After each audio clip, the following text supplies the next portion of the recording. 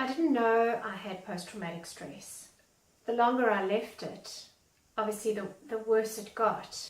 My reactions to the world became stranger and stranger, and I alienated everybody around me because I just couldn't focus on anything besides safety and security and my immediate environment. Then I became a mum.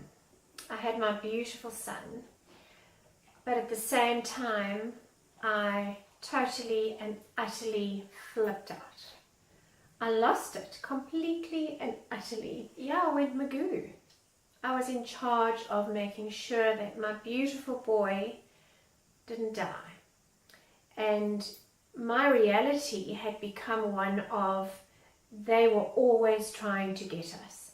I was lucky enough to get the opportunity to heal, and I didn't know it, but it came in the form of a move to New Zealand. The things in my environment that caused my severe stress weren't there anymore. So my post-traumatic stress was very much an association with my environment. I finally got the diagnosis of post-traumatic stress and severe post-traumatic stress because by then I'd had it for 20 odd years. And I reacted to the world in a very different way. It was good to get the diagnosis because I realized I wasn't crazy. One of the big things I realized was that I had stopped all learning through my post-traumatic stress because the only thing that I was capable of doing, and I became an expert in it, was making sure my environment was secure and that my child was not killed. So learning stopped completely.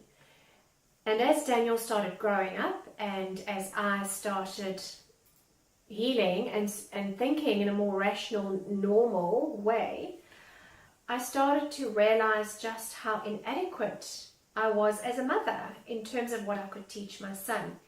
And one of the things that is very important to me is education. Daniel's getting a good academic education at school, and he will get a professional education when he leaves school. In terms of financial education, the buck stops right here with me and his dad.